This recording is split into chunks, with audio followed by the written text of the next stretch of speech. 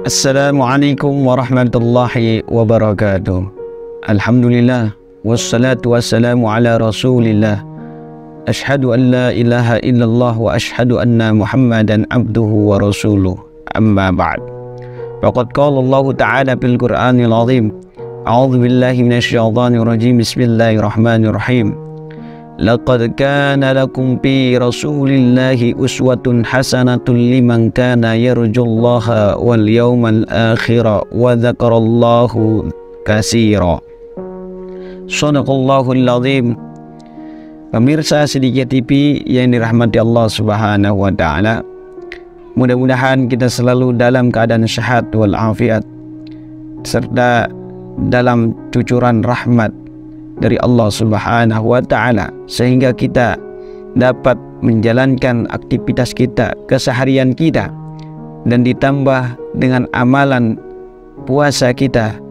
Mudah-mudahan apa yang kita laksanakan dan kita lakukan pada puasa di hari ke-28 ini sebagai puasa yang diterima oleh Allah Subhanahu wa taala dan dijadikan suatu pahala yang akan mengangkat kita ke dalam surganya Allah Subhanahu wa taala. Amin ya Allah ya rabbal alamin.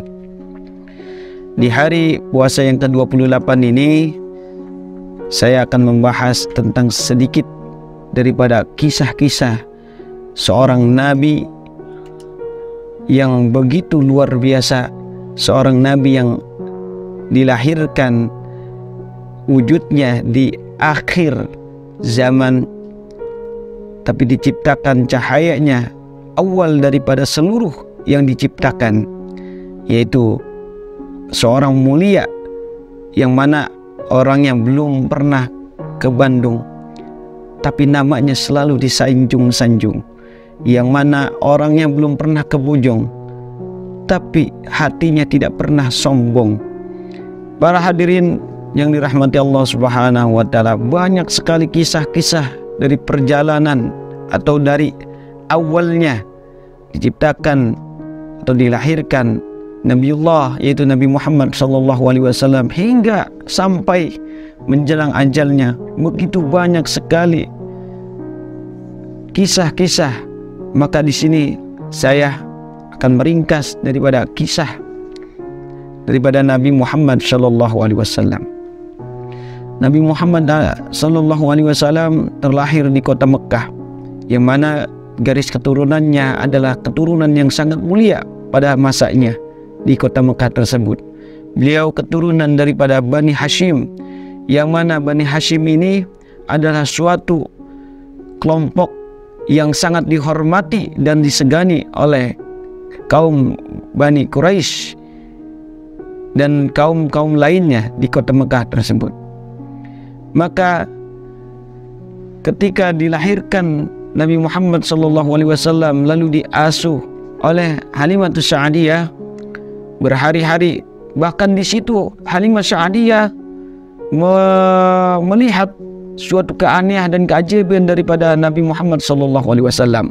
Bahkan diriwayatkan satu hari pertumbuhan Nabi Muhammad SAW seakan-akan 1 bulan. Jadi perbandingannya satu hari pertumbuhan Nabi Muhammad itu seakan-akan 1 bulan pertumbuhan Nabi Muhammad. Begitu luar biasa, sehingga ketika beranjak 2 tahun diasuh oleh Halimah Sa'diyah, hingga terjadinya di ke-4 tahun usia Nabi Muhammad SAW yang terjadi sakkus sodr, artinya pembelahan dada, yang dibelah oleh malaikat Jibril alaihi salam untuk dikeluarkan dikeluarkan kotoran-kotoran yang ada di dalam dada atau di dalam diri daripada baginda Nabi Muhammad SAW. Melihat suatu kejadian tersebut, Halimah khawatir sehingga takut dan mengembalikan kepada ibunya, yaitu Siti Aminah. Dikembalikanlah Nabi Muhammad SAW kepada Siti Aminah hingga umur 6 tahun Nabi Muhammad SAW, Siti Aminah wafat. Lalu Nabi Muhammad ditinggal oleh dua kehangatan daripada kedua orang tuanya, yaitu Abdullah dan Siti Aminah. Lalu setelah peninggalan ibunya, atau setelah meninggalnya ibunya Siti Aminah, maka Nabi Muhammad diasuhlah oleh seorang kakeknya, yaitu Abu Muthalib. Selang beberapa tahun, maka menyusullah kakeknya Abu Muthalib wafat. Lalu ikut andillah seorang pamannya, yaitu Abu Thalib, untuk mengasuh ponakannya, yaitu Nabi Muhammad SAW, hingga beranjak dewasa. Ketika berusia 12 tahun, Abu Thalib mengajak Nabi Muhammad SAW pergi ke negeri Syam untuk berdagang. Sesampainya kafilah mereka di negeri Syam, lalu datanglah seorang pendeta menghampiri daripada Abu Thalib serta Nabi Muhammad.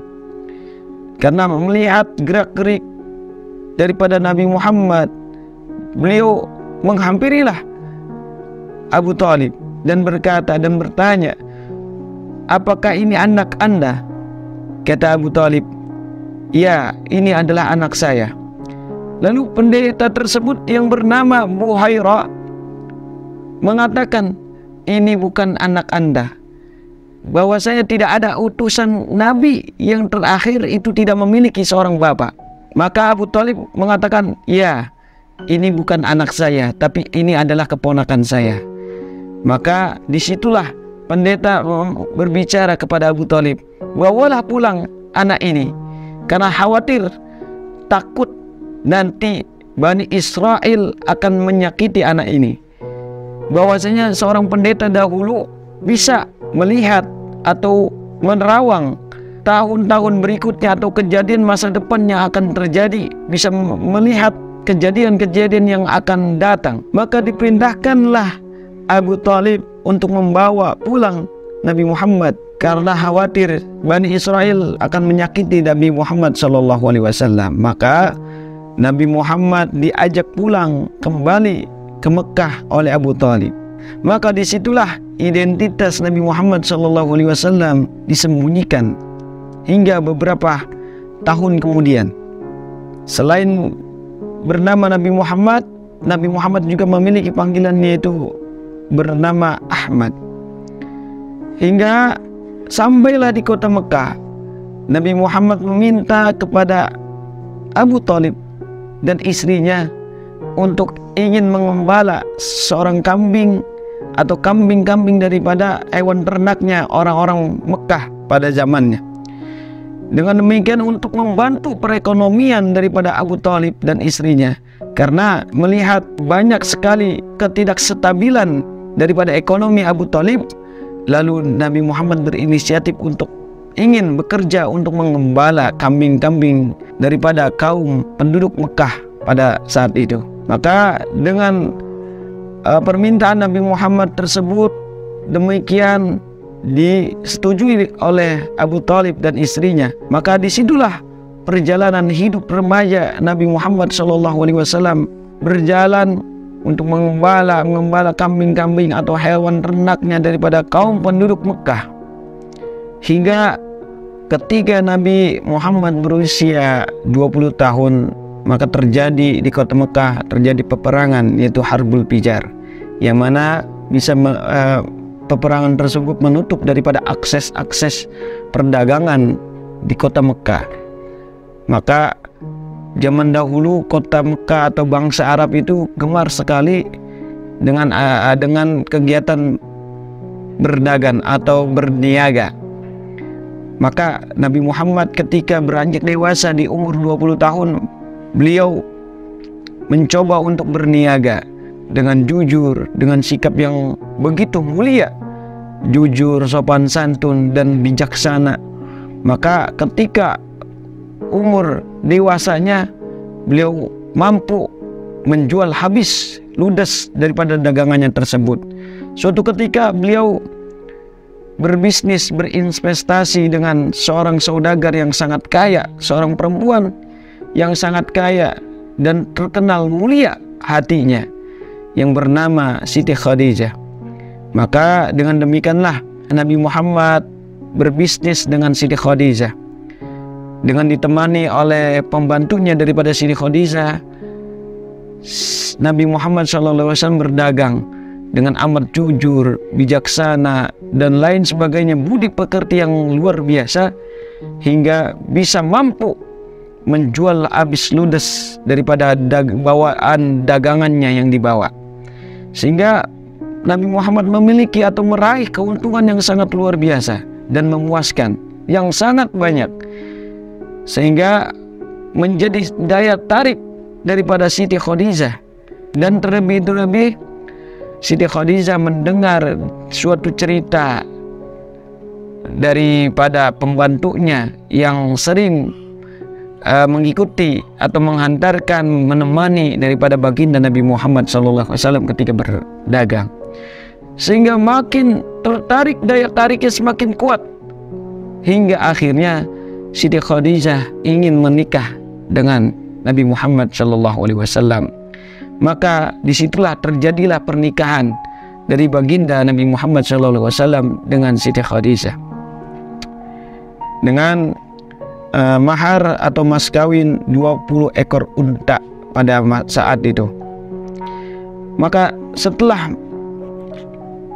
menikahnya Siti Khadijah dan Nabi Muhammad SAW, maka Siti Khadijah selalu patuh kepada Nabi Muhammad SAW sebagai suaminya, dan mempercayai apa yang dikatakan dan dikeluarkan dan apa yang perkataan-perkataan yang keluar daripada mulut Nabi Muhammad SAW atau perkataan dari Muhammad SAW selalu dipercayai oleh istrinya. Maka dalam riwayat dikatakan Siti Khadijah adalah seorang istri dan sekaligus penolong bagi dakwahnya Nabi Muhammad SAW. Semua harta, semua kekayaan yang dimiliki oleh Siti Khadijah diperjuangkan olehnya untuk agama Allah dan untuk suaminya, yaitu baginda Nabi besar Muhammad SAW. Begitu mulianya seorang istri daripada baginda Nabi Muhammad SAW. Dia tidak khawatir akan kemiskinan yang akan dia dapatkan. Dia rela karena dengan cintanya kepada suaminya, yaitu baginda Nabi Muhammad SAW. Maka terus berjalannya dakwah Nabi Muhammad SAW dibantu oleh Siti Khadijah. Maka ketika berumur 40 tahun telah resmilah Nabi Muhammad dikatakan sebagai utusan Nabi dan Rasul di akhir zaman, itu Nabi terakhir. Maka semakin semangatlah Nabi Muhammad dan Siti Khadijah dalam memperjuangkan agama Allah Subhanahu wa Ta'ala. Maka dikatakan di dalam hadis yang berbunyi, ma ba'athallahu nabiyyan illa ra'al ghanama faqala ashabuh wa anta, faqala na'am kuntu ar'aha ala qararita li ahli Makkah. Yang artinya tidak ada kenabian yang diutus sebagai nabi illa ra'al ghanama, kecuali dengan mengembala kambing-kambing. Maka berkata dan bertanya para sahabat pada saat itu, faqala anta wa anta, dan kamu? Kata Nabi menjawab, ya, aku pun dulu adalah seorang pengembala kambing-kambingnya atau hewan ternaknya daripada kaum ahli Mekah yang dengan dihargai dengan 1 qirot. Maka disitulah maksud daripada diutusnya para nabi daripada golongan-golongan seorang pengembala domba. Agar apa? Agar di sini adalah bisa menjadikan filosofi atau suatu ajaran bahwasanya orang yang bisa mengembala domba mampu bersabar ketika nanti diuji oleh Allah, diberikan amanah oleh Allah, melatih dirinya untuk bersabar, melatih dirinya untuk ikhlas. Karena pada zaman dahulu orang-orang mengembala itu ketika mengembala di malam hari dia bisa tidur bersama kambing-kambingnya. Maka arti dari pengembalaan tersebut adalah bisa memberikan kasih sayang, bisa bersabar. Maka demikianlah para nabi-nabi yang memang diutus oleh Allah daripada seorang pengembala domba atau pengembala kambing. Mereka hidupnya selalu ikhlas, sederhana, dan sabar atas apa yang diperbuat oleh kaum-kaumnya.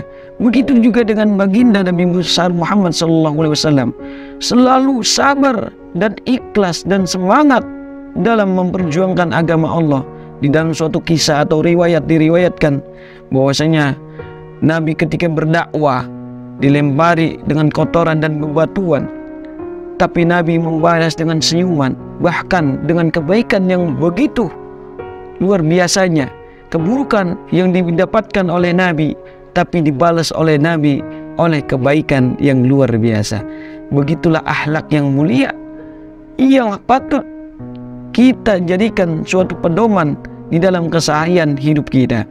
Para hadirin pemirsa yang dirahmati Allah Subhanahu wa taala, dari kisah singkat yang kita dengarkan, kita tonton pada hari ini, dari kisah remaja Nabi Muhammad SAW, patutlah kita teladani di dalam keseharian kita, kita bawa di dalam hidup keseharian kita, bahwasanya kita harus selalu hidup dengan sederhana, tidak perlu dengan kemewahan yang begitu luar biasa, dengan ikhlas dalam menjalankan segala apapun yang ada di dalam kehidupan kita, dan sabar dalam menjalankan atau musibah yang telah kita hadapi, atau apapun wujudnya, bentuk apapun itu, maka kita harus dengan sabar, ikhlas.